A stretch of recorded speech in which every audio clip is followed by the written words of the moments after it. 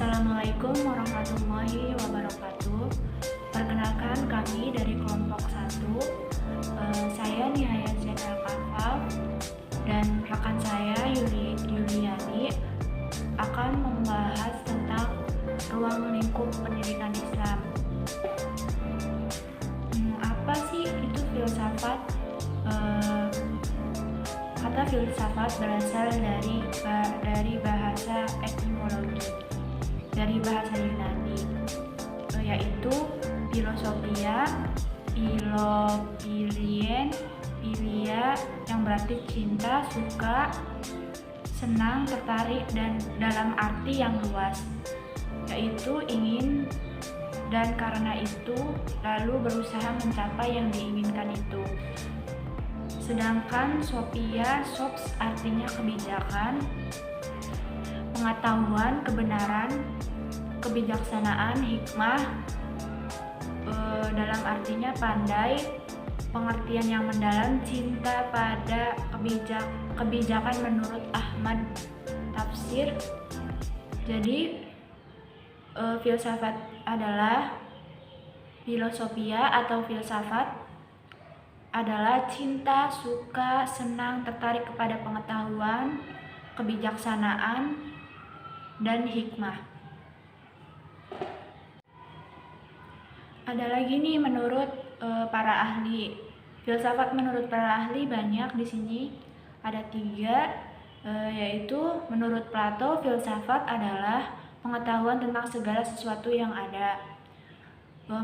Dan menurut Aristoteles, filsafat adalah aktivitas atau kegiatan untuk menyelidiki sebab dan azas segala benda atau sesuatu. Dan menurut Al-Farabi, filsafat adalah pengetahuan tentang alam maujud untuk mengetahui segala sesuatu yang ada dan mendapatkan pengetahuan yang sebenarnya atau asli. Nah, di sini juga ada aspek dalam ruang lingkup filsafat pendidikan Islam. Di sini ada 3 bagian, yaitu ada ontologi pendidikan Islam, ada aksiologi pendidikan Islam, epistemologi pendidikan Islam. Yang pertama ada ontologi pendidikan Islam, memaparkan hakikat pendidikan yang sebenarnya dan sesuai dengan kebutuhan manusia sebagai upaya untuk menguatkan eksistensi dan esensi manusia sebagai makhluk bertuhan dan memiliki sifat humanistik. Dan yang kedua ada aksiologi pendidikan Islam, filsafat maksudnya aksiologi filsafat pendidikan Islam. Aksiologi merupakan cabang filsafat yang berbicara tentang nilai. What is the value? Pendidikan Islam diorientasikan pada upaya menciptakan suatu kepribadian yang mantap dan dinamis, mandiri dan kreatif sesuai dengan nilai-nilai yang diharapkan pada seluruh komponen yang terlihat dalam penyelenggaraan pendidikan Islam. Dan yang terakhir ada pendidikan Islam. Pengertiannya adalah upaya, cara atau langkah-langkah untuk mendapatkan pengetahuan pendidikan yang berdasarkan Al-Quran dan As-Sunnah. Sistem pendidikan Islam harus menempatkan Al-Quran maupun As-Sunnah sebagai pemberi petunjuk ke arah mana proses pendidikan digerakkan. Yang berikutnya ada objek lingkup filsafat pendidikan. Objek filsafat pendidikan Islam dibagi menjadi 2, yaitu ada objek material filsafat dan objek formal filsafat. Objek material adalah pokok bahasan atau materi yang menjadi objek penyelidikan. Objek material filsafat ilmu adalah ilmu pengetahuan itu sendiri, yakni pengetahuan yang telah disusun secara sistematis dengan metode ilmiah tertentu sehingga dapat dipertanggungjawabkan kebenarannya secara umum. Nah, sedangkan objek formal filsafat adalah sudut pandang yang menyeluruh, radikal, dan rasional tentang segala yang ada. Ilmu sebagai objek kajian filsafat sepatutnya mengikuti alur filsafat, yaitu objek material yang didekati melalui pendekatan radikal, menyeluruh, dan rasional. Yang selanjutnya ada kerangka berpikir dalam ruang lingkup filsafat pendidikan Islam. Dibagi menjadi dua, yaitu kerangka makro dan kerangka mikro. Di sini saya akan menjelaskan keduanya. Kerangka makro artinya melihat objek filsafat pendidikan Islam dari segi pragmatis dalam sebuah proses pelaksanaannya. Sedangkan kerangka mikro artinya objek formal filsafat itu sendiri, yaitu mencari keterangan secara radikal mengenai Tuhan, manusia, dan alam yang tidak dapat dijangkau oleh pengetahuan biasa. Yang selanjutnya akan dijelaskan oleh rekan saya, yaitu Yuliani. Dari rekan saya Nihaya tentang ruang lingkup filsafat pendidikan Islam. Perkenalkan, nama saya Yuliani. Di sini saya akan menjelaskan yang pertama itu ciri-ciri berpikir filsafat dalam ruang lingkup filsafat pendidikan Islam. Dalam ruang lingkup filsafat pendidikan Islam, kita harus memiliki beberapa ciri-ciri dalam berpikir filsafat. Yang pertama, kita harus memiliki ciri bersifat komprehensif atau tidak dalam suatu sudut pandang. Maksudnya itu, kita harus memiliki sudut pandang yang tidak hanya satu. Misalnya, kita contohkan, manusia. Nah, dalam manusia itu kita berpikir tidak hanya dalam satu saja. Misalkan, manusia itu bisa dilihat dari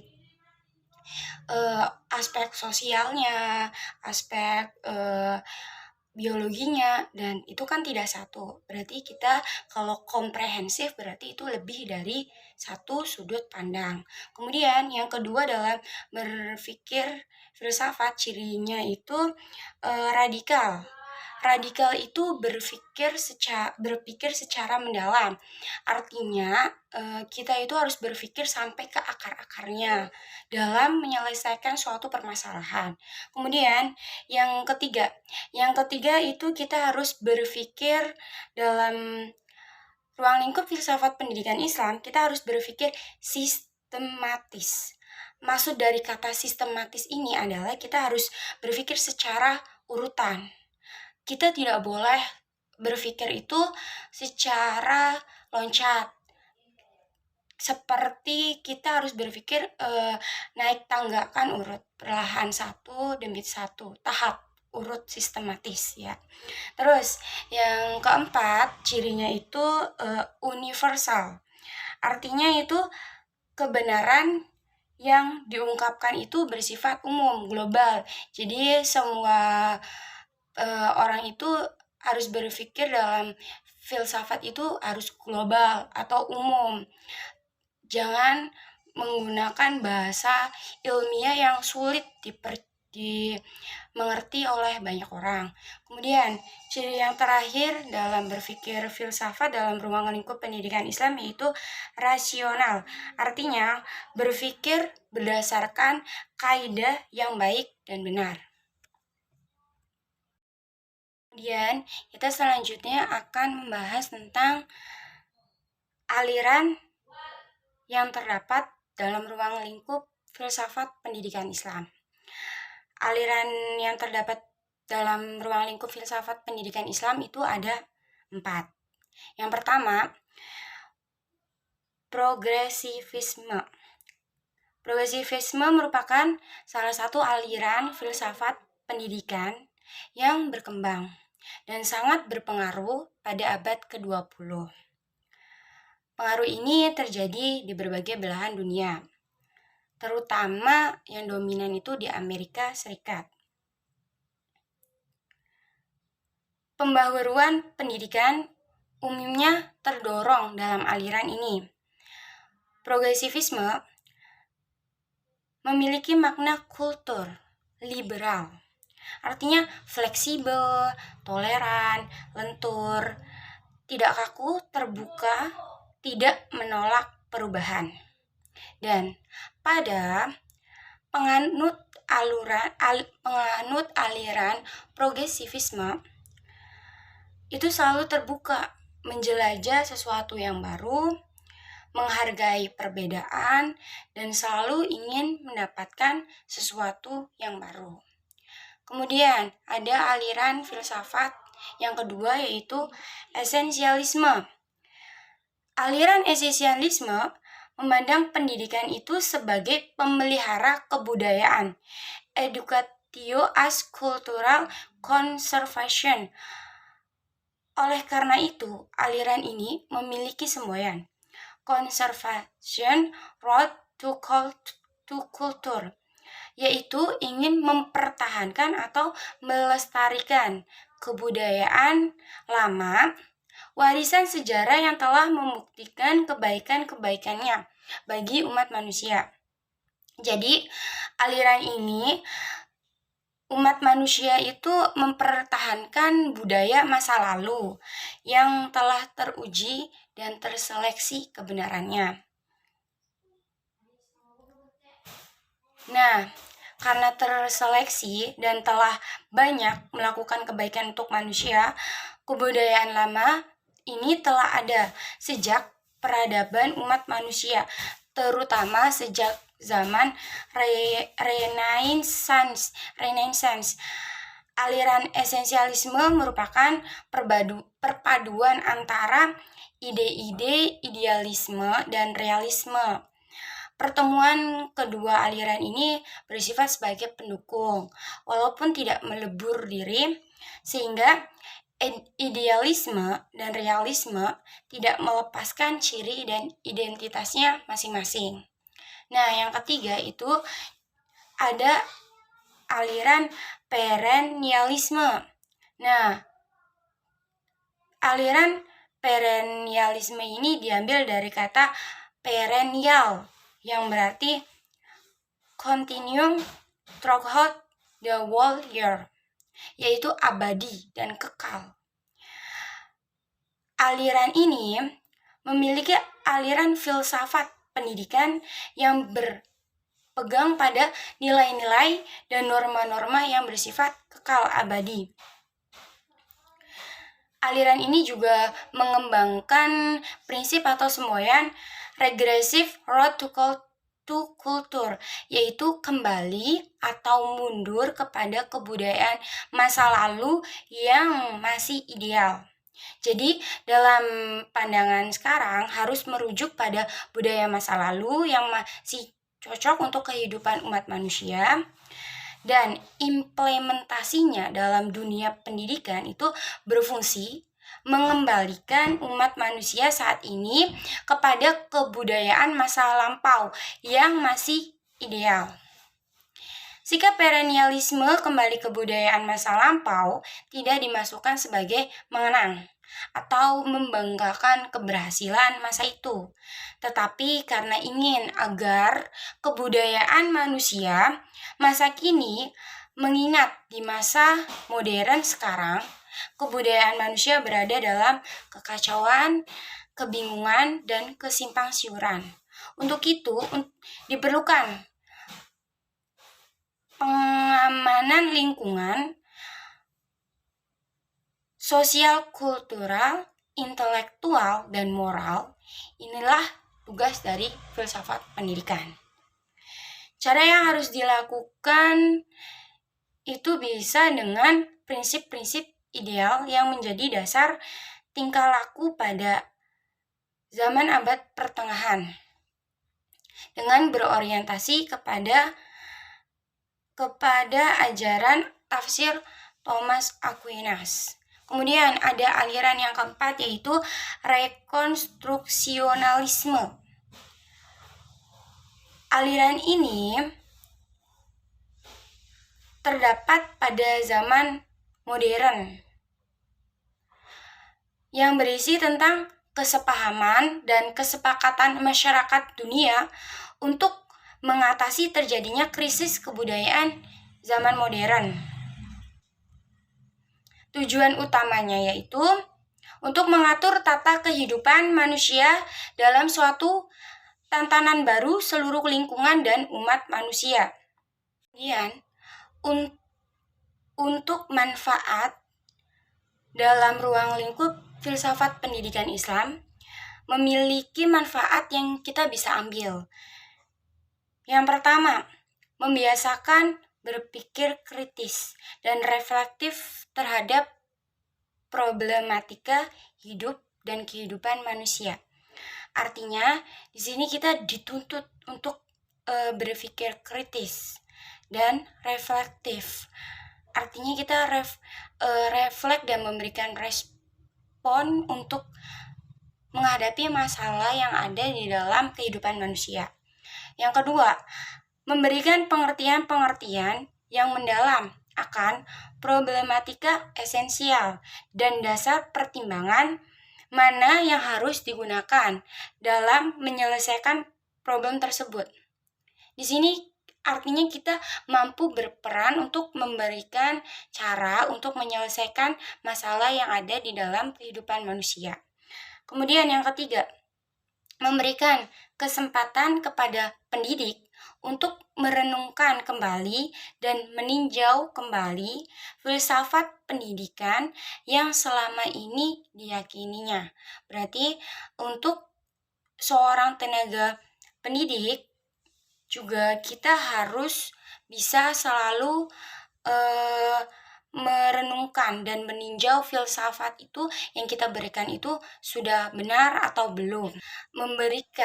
Meninjau filsafat yang telah diberikan itu benar atau belum, berarti kita dituntut untuk sebagai tenaga pendidik itu selalu berpikir terus radikal sampai ke akar-akarnya dalam berpikir filsafat pendidikan Islam. Kemudian yang terakhir, di sini saya akan menjelaskan tentang fungsi apa saja yang terdapat di dalam ruang lingkup filsafat pendidikan Islam. Yang pertama itu ada fungsi spekulatif. Nah, fungsi spekulatif ini berusaha melakukan hal-hal seperti menarik kesimpulan atau merangkum berbagai persoalan pendidikan ke dalam suatu gambaran pokok melalui proses abstrak dan generalisasi. Kemudian yang kedua yaitu memahami persoalan pendidikan secara keseluruhan dan faktor-faktor lain yang mempengaruhi pendidikan. Kemudian fungsi yang kedua yaitu fungsi normatif, di mana fungsi normatif pada filsafat pendidikan Islam itu berhubungan dengan perumusan formula tujuan, norma atau standar untuk mengarahkan pendidikan. Kemudian yang ketiga itu ada fungsi kritik. Fungsi kritik ini berhubungan dengan fungsi filsafat pendidikan untuk melakukan penelitian secara cermat yang didasarkan atas pemikiran dan praktik pendidikan. Dalam fungsi kritik ini kita terdapat hal-hal yang bisa kita lakukan. Yang pertama ini berfungsi untuk menguji dasar-dasar pemikiran logis, di mana kesimpulan pendidikan ada di dalamnya. Yang kedua, menguji dengan teliti bahwa bahasa yang digunakan benar-benar harus terang dan jelas. Yang ketiga, memerlukan bukti yang bermacam-macam yang dapat dipergunakan untuk menguatkan atau menyangkal ungkapan tentang fakta pendidikan. Dan yang terakhir itu ada fungsi teori bagi praktik. Nah, di dalam fungsi ini kita bisa menyampaikan konsep, ide, analisis, dan kesimpulan. Kesimpulan yang terdapat dalam fungsi filsafat pendidikan berfungsi sebagai teori.